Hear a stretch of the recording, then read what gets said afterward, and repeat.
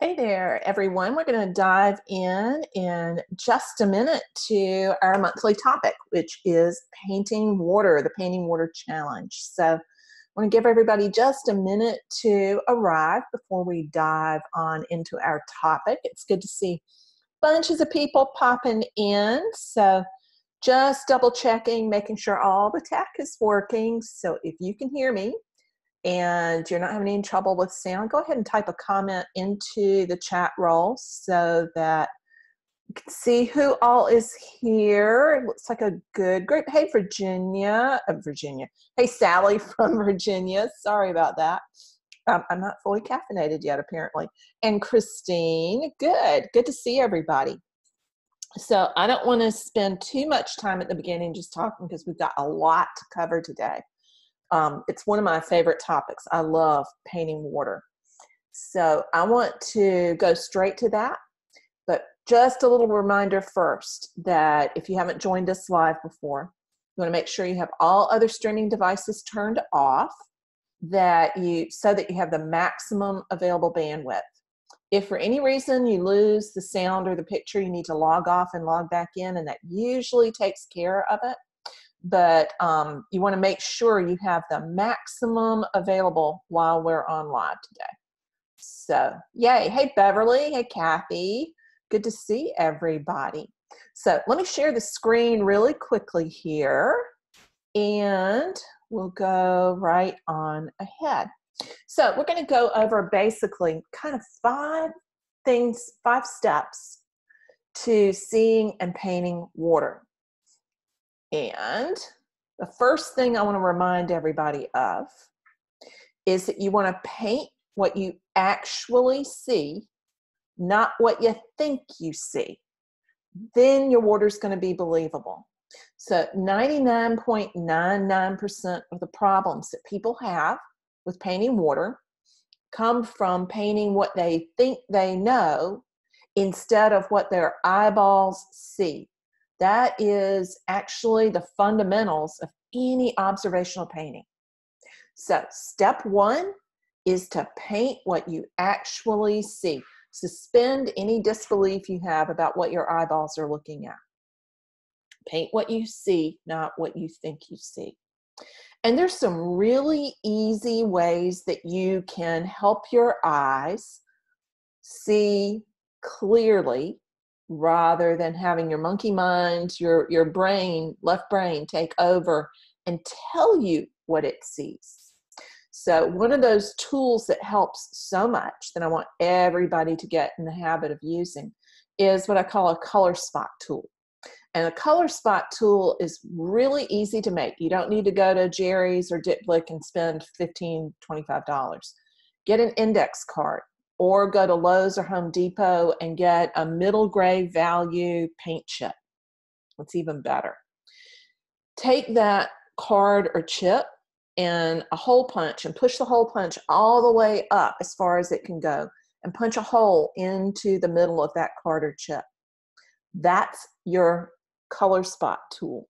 You're going to hold that up and look through it so that you can see the actual color of things that you're looking at. Works whether you're talking about capturing the color of light, or capturing the color of water, or capturing the color of anything. So let's look at an example right here. So I have a bunch of photos and images to share with y'all. So let's go to the first one here that I've got in Photoshop. And it's actually not the one that we're going to talk about quite yet. We're going to come back to this one. So let's go to the image that I worked from. I actually did that one plein air, but this is a photo that I took at that same time. So this is the Congaree National Park, and I'm going to zoom in a little bit. So I want you to think about what we normally consider to be the color of water. So when people say, I'm going to paint the color of water, 9 times out of 10, they pull out blue, because our logical mind kicks in and says, water is always blue. But in actual fact, it's not. You know, pure water is clear. What gives water a color we're going to come back to this in a minute, is the sediment that's in the water, what's underneath the water, and what's being reflected on the water. So we have to shut down that part of our mind that says water is always blue, and instead look at what we actually see. So let's look at this bottom part. This is the water that's closest to where I was standing on the bank of the lake. And I'm going to use the eyedropper tool to take a sample of the color of the water over here in the shadows. And when I do that, lo and behold, look at the color of the water right there. It's a deep, rich chocolate violet. It's a dark brown color. And in the highlights over here, it's reflecting the color of the sky. And it's a blue, almost a robin's egg blue. So same body of water, but it's taking on different colors in different areas. So you're going to use that small hole to look through. And when you do that, it would be just like looking through. I'm going to fill this in and then cut out a little hole so that you see what I mean. So if we're looking through a color spot tool that has that 50% gray on it, and we have cut that little hole in it, I can make my tool give me the, oh, come on, tool. Sometimes Photoshop just does not want to cooperate. Didn't want to switch in the middle. There we go. So I'm going to cut a little hole in it here. Except I did not put it on another layer, so that may not work. Oop, it's not going to work. But if I look through that little hole at just a very tiny amount of it, let me back that up a minute, then I can get it to show y'all rather, exactly what I was talking about. So let me get the history here and zip backwards. Too many little bitty bits and windows open to be able to see what I'm trying to look at.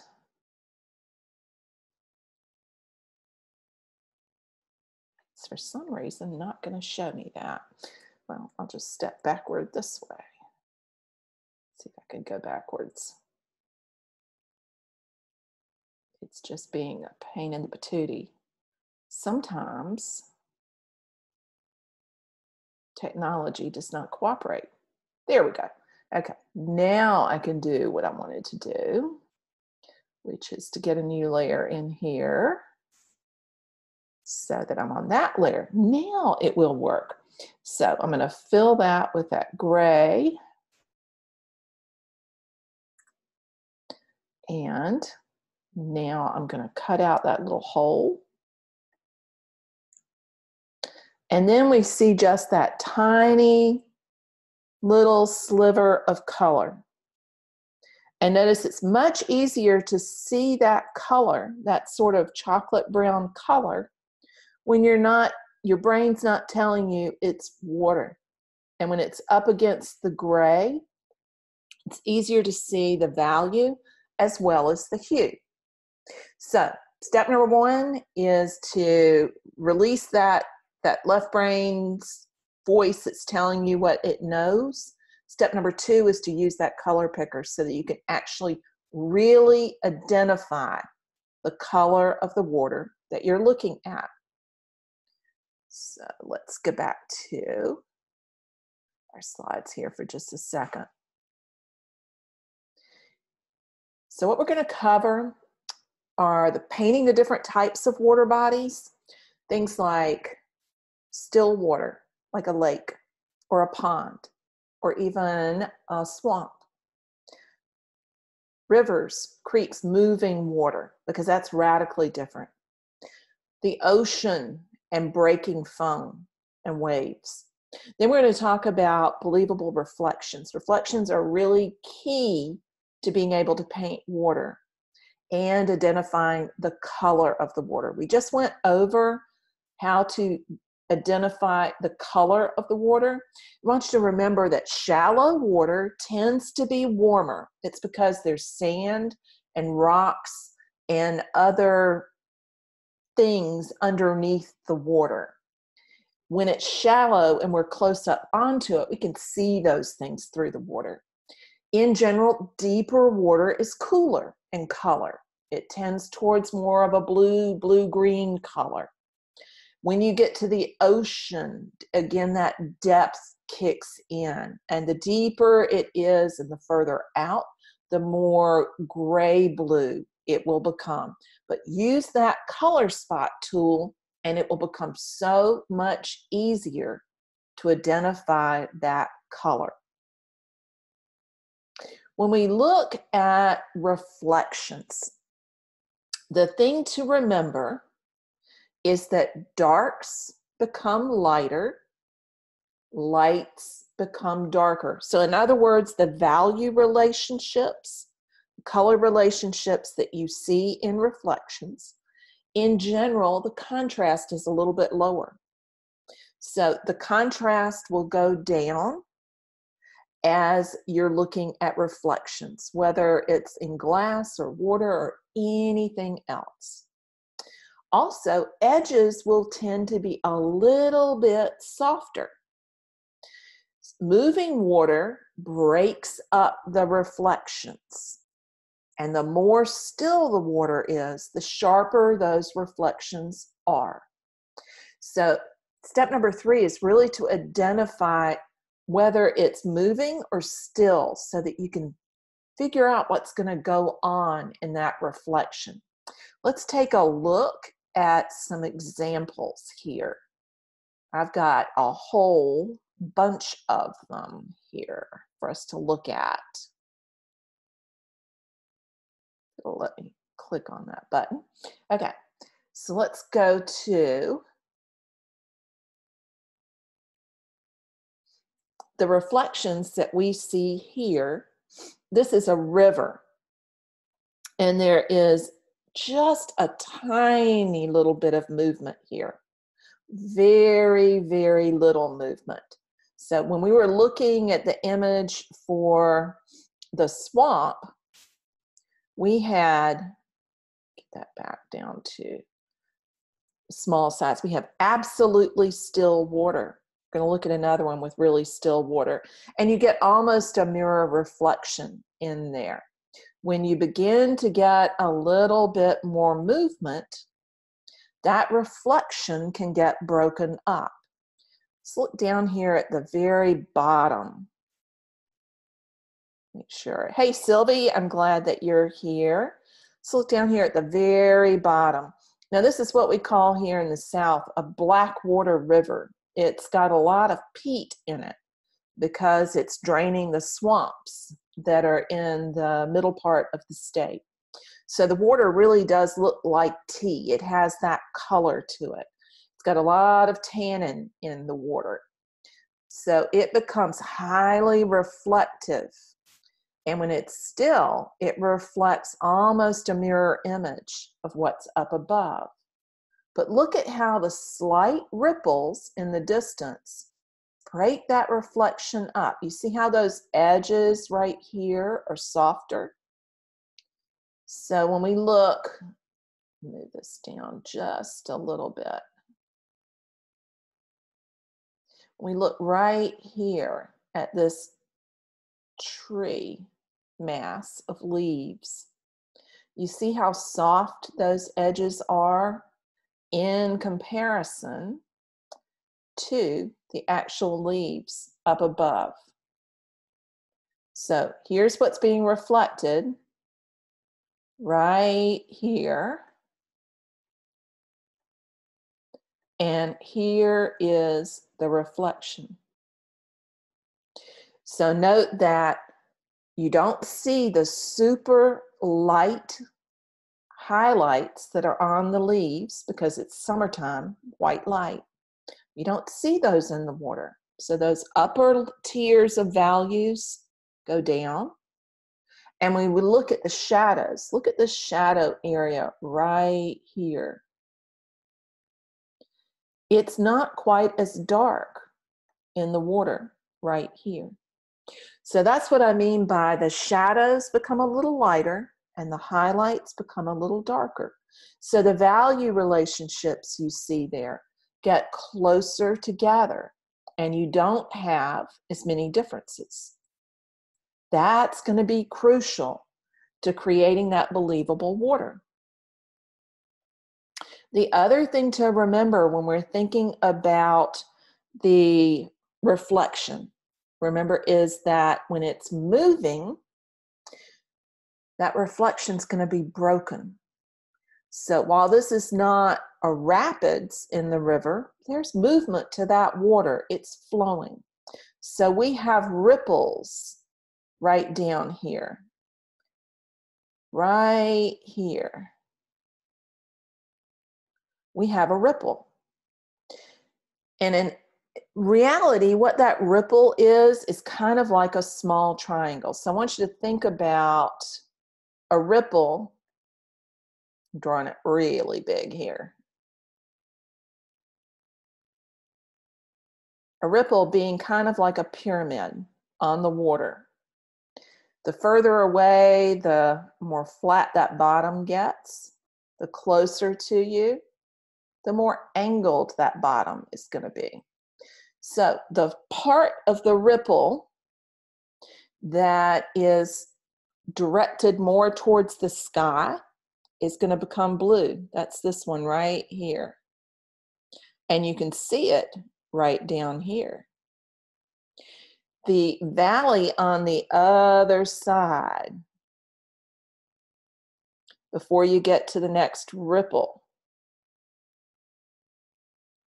So here we have the valley that's in between, right there, is going to reflect more of the dark, the trees, the things that are leaning over the water. So that's why you have that dark green color right there, blue-green color right there. So you have a pattern that's created from the ripples that alternates between the reflected color of the trees, surrounding trees, that blue-green, and the color of the sky. Now, a mistake that a lot of people make is that in that highlight part of the ripple, they'll stick white in. Now, that doesn't ever look right, like not ever. When you're painting that highlight, it's going to either be slightly blue and cool because it's reflecting the blue of the sky, or it could be slightly warm because it's reflecting a cloud, but it's not ever going to be pure white. Keep that in mind. So you're going to alternate, look at the pattern there, where those bands go. Think about that ripple being like a triangle, and you're seeing one face of the triangle. So you see the part that rises up, and then you see the valley in between, like a mountain and valley, mountain and valley. Does that make sense to y'all? Go ahead and type in the chat roll if it does. Let me erase all my little markies here on the water, because I don't want to go any further until I make sure everybody gets what I just went over. We're talking about the pattern there. Yes, Sally, absolutely. Go ahead and ask a question if you've got one that has something to do with what we're talking about right here. Yeah, if y'all have got a question, pop it in, because I think the ripple part is what throws so many people.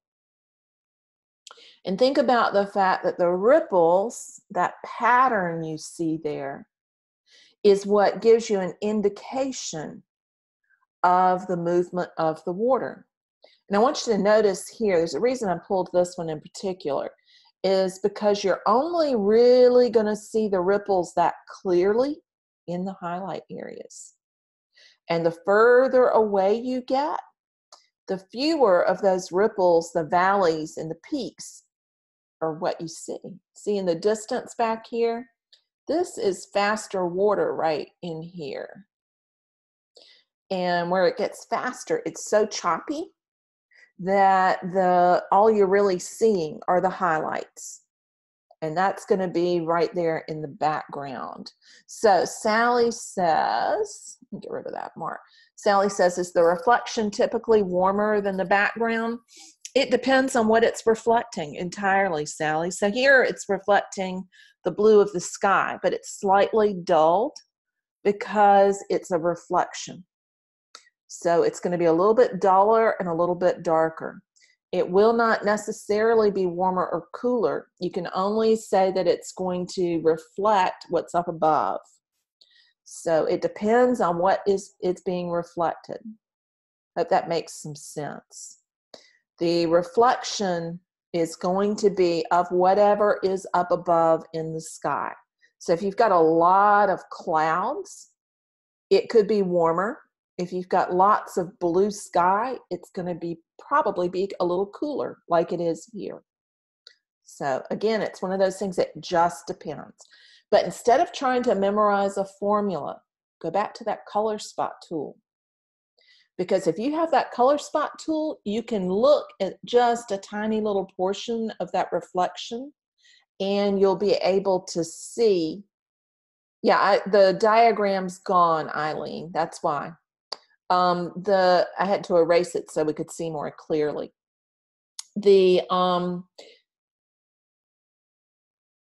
I just lost my train of thought. I talked myself right out of where I was going with that. Sorry about that, y'all. I think it must have been something deep.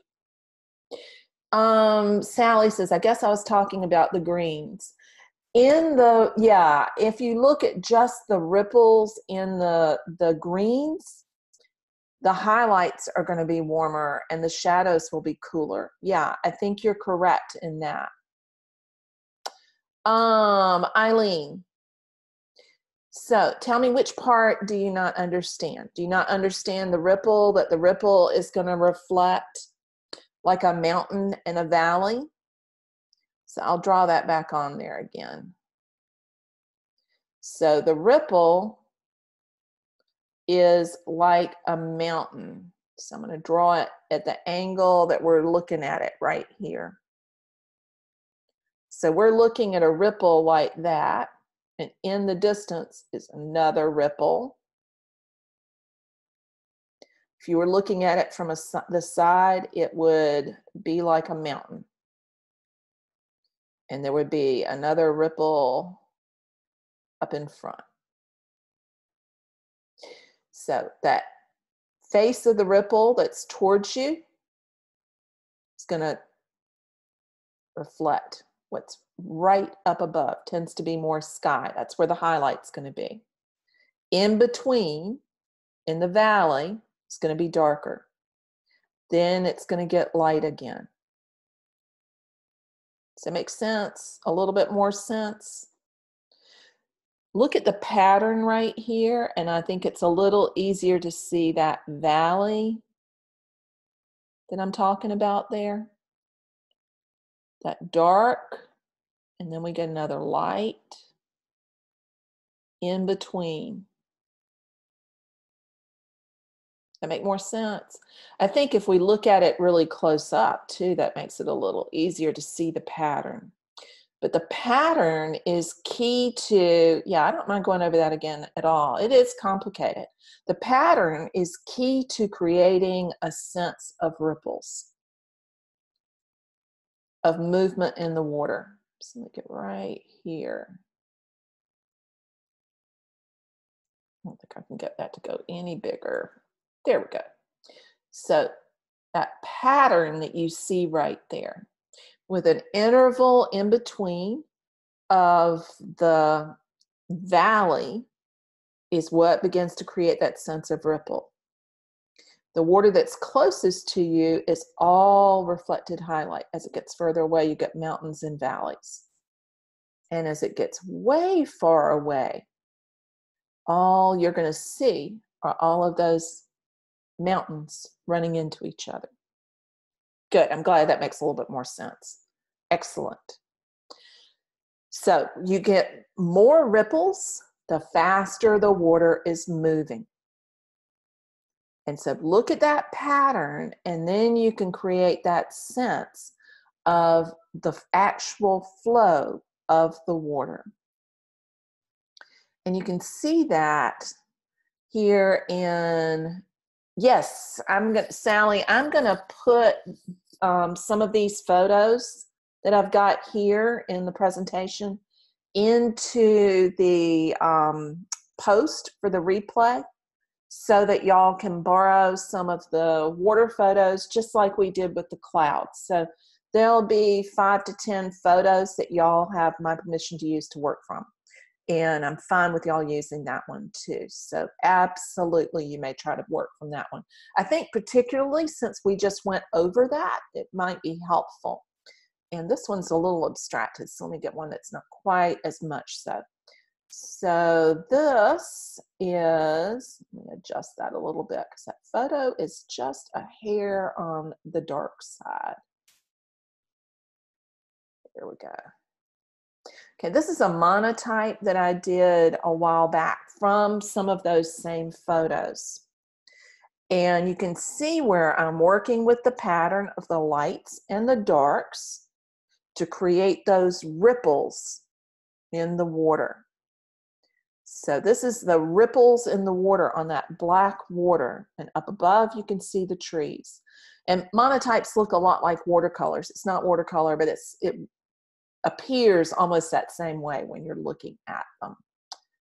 Get one more, I think I have in there. Oh, I've got a bunch more. Okay, this one is looking down on the water. So there's a limb up above, and then you can see the pattern of the ripples and the reflections below.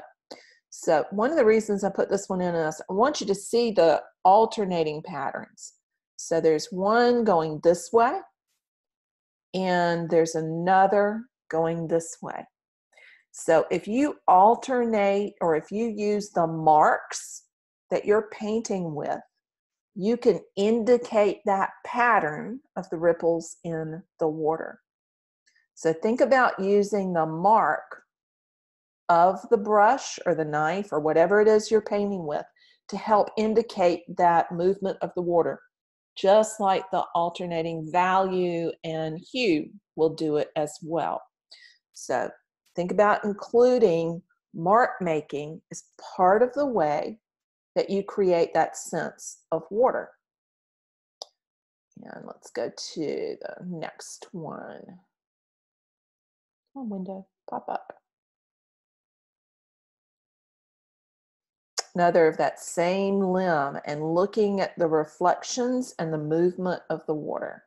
So I'm going to go through these particular examples a little quickly because I don't want to run out of time. Because I got totally fascinated with moving water and trying to capture that with a brush. And in this one, you can see, again, the pattern here. So this is just the river water and the rocks underneath. So you can see shallow and deeper water right here.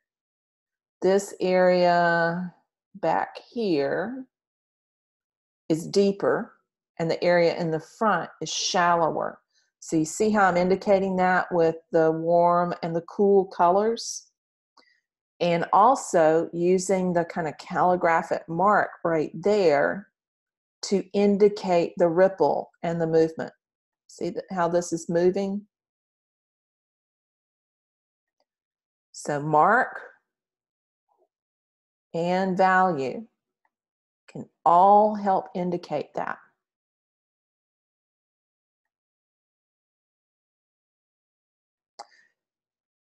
And I think I have at least one more, that series in here, two more. So again, here you can see the reflection of the tree limb in the water and the ripples that indicate the movement of the water. It can get a little complicated as soon as you start getting reflections and movement both in the same painting. So when you're dealing with something that's complicated like that, it pays to go back to thinking about that color spot tool. So look at the water here, and the reflection, the part that's reflecting what's up above, is overlaid by the movement, slight movement of the water. So you can indicate mark with that with marks as well. How do I decide on my color palette? The same way I do with anything else, Sally. You go through the thumbnail and the no-tan process on that, and it helps tremendously. I think I actually have the no-tan for that one in here. Maybe not. I might not be able to find that fast. Sorry. Let me see if I can pull that out of the way. But what I did was I did a thumbnail study, that normal process that I always teach. Do a thumbnail, 3 to 5 values, 5 to 7 shapes. Then figure out the no tan there. And then identify a color for each of those 5 to 7 shapes. So I always pick my color palette based on what I see with my eyeballs. So use that color spot tool and pick out a color for each of those 5 to 7 shapes. Yeah, absolutely. Whatever it is that you're painting. This was the scene that I was looking at for that. And you'll see the colors, and the photo washes out the color of the sky a bit, but you'll see that the colors here pretty close to what the colors in the photo are. So yeah. Go back to, I want to get to the ocean and to breaking waves, because I think that's something that I've seen crop up over and over again. And I think one of the easiest ways to understand the ocean and that kind of movement is to, I'll come back to that in just a second. See, Lisa, I see your question about no-tan. Come back to think about the ocean is it's got lots of movement to it. And that the breaking waves have a curling pattern to them. And they interrupt the pattern of the ripples that are there and form their own pattern. So when we look at those waves in the background, remember what I said about not ever having the ripples be pure white. The same goes for ocean waves and the foam breaking. It's going to either be a slightly cool white or a slightly warm white. If you paint it with white, it's going to look fakey. So don't use pure white to indicate your waves. When we look at this one larger, so we can begin to see those patterns. I know that's not a huge wave, but it's actually, the scale of it doesn't matter that much. Look back here at this wave in the distance. And what you see is that kind of rippling calligraphic line again that gets thin and disappears. Then it gets thicker again, it gets much thicker again, and it stops. And it's picked up slightly behind, gets thicker where it's curling over, thinner where it's not. But notice it's not the same width all the way across. So to paint those distant waves, you want to use a slightly cooler or slightly warmer color. And you want to have a line that varies in its thickness and thinness. Let's get it even larger.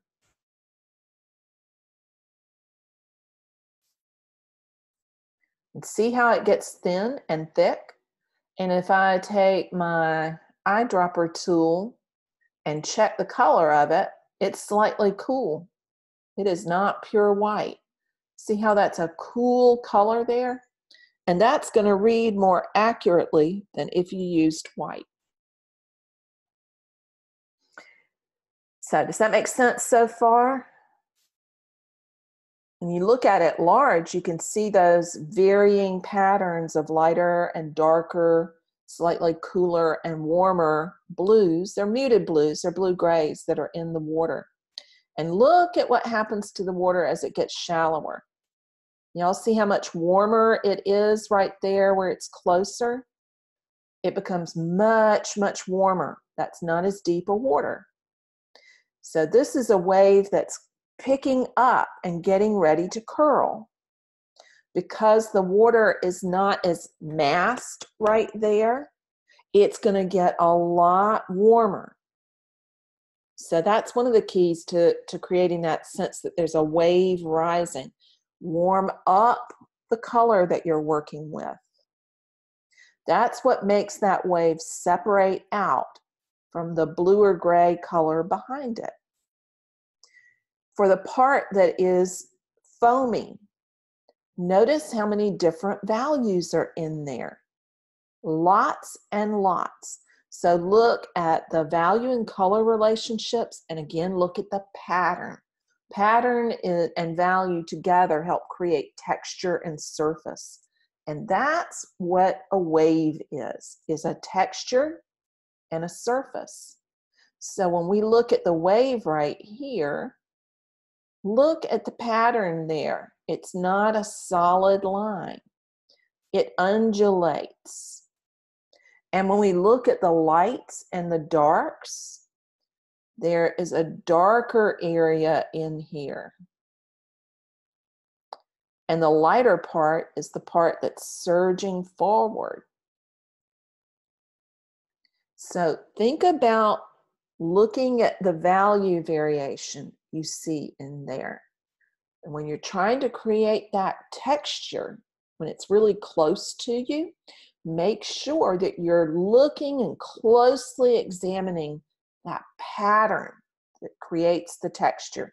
Absolutely, Sally, squint and then you'll see the texture. And yes, Christine, like clouds, exactly like clouds. Notice that you've basically got three values in here. You've got the dark, you've got the medium, and you've got the light. So if I were going to paint this close up, that's how I would break it down. Dark, medium, and light.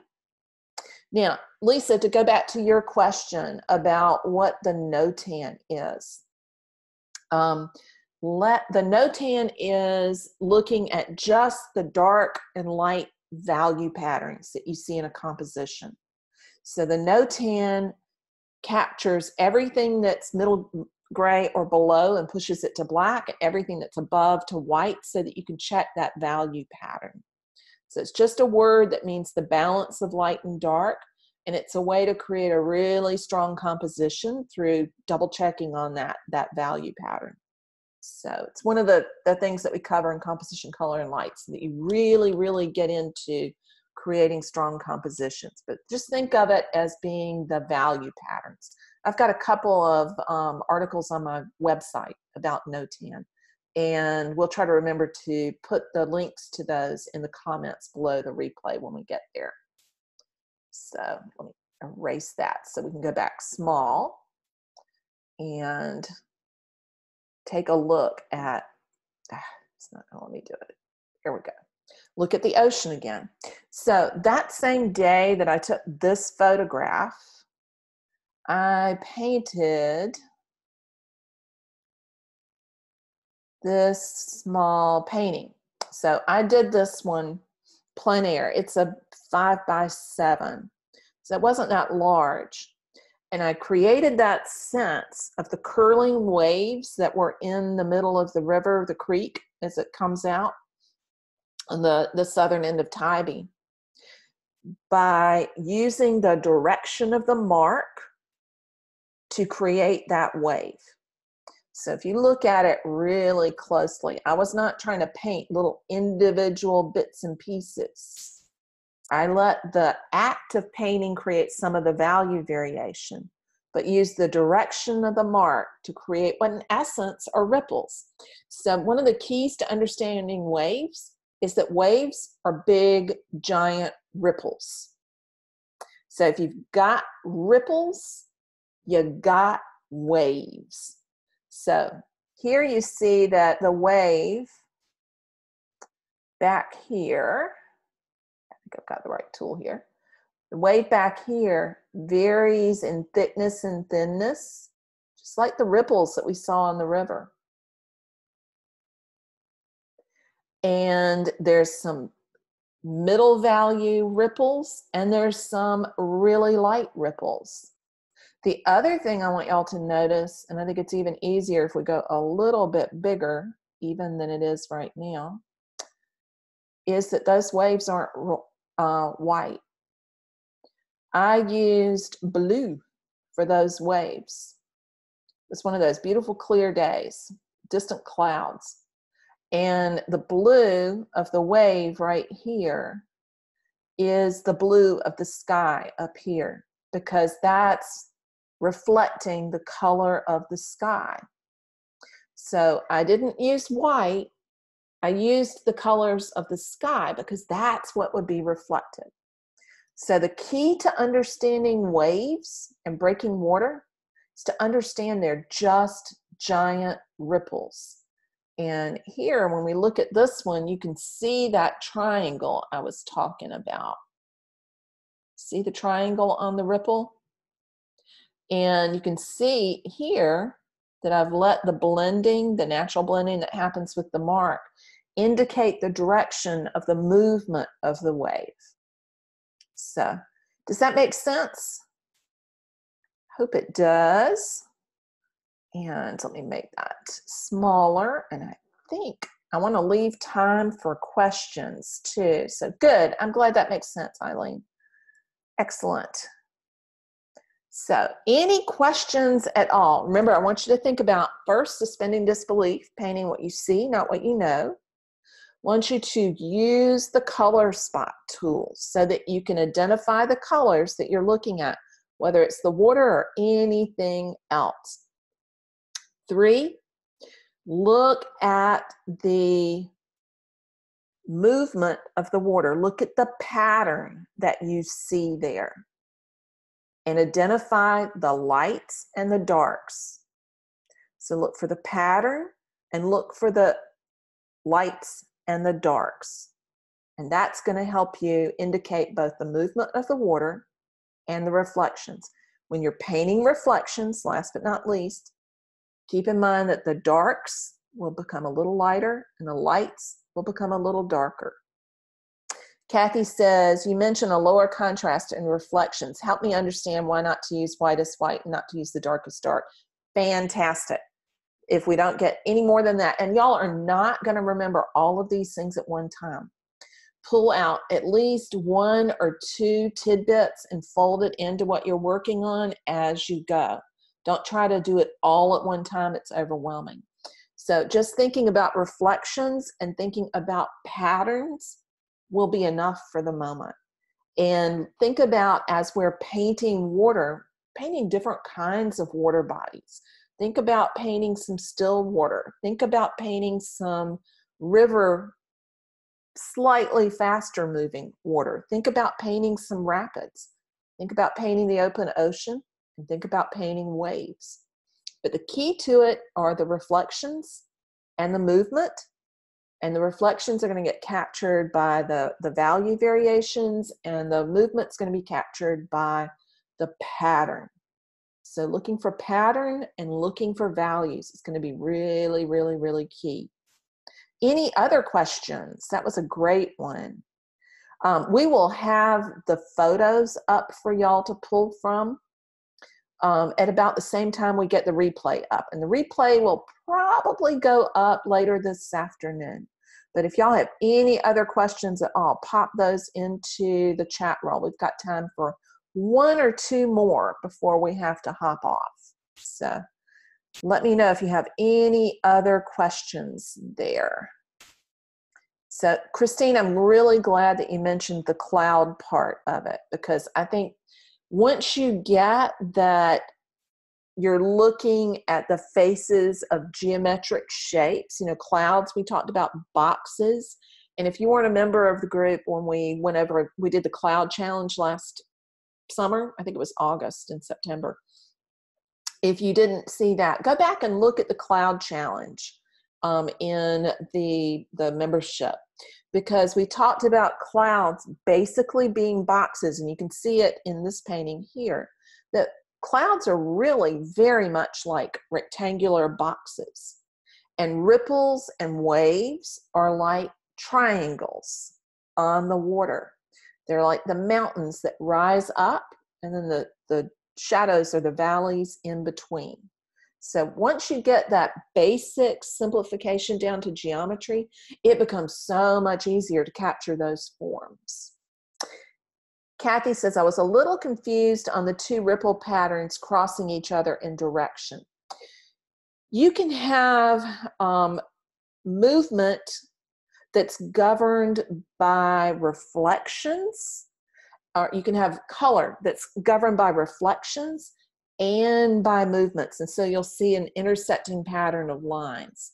So I think probably the easiest place to see that, Kathy, would be, let me go back to the swamp again. So if we look at the swamp image and go really large here, it's maybe even easier to see it in the painting.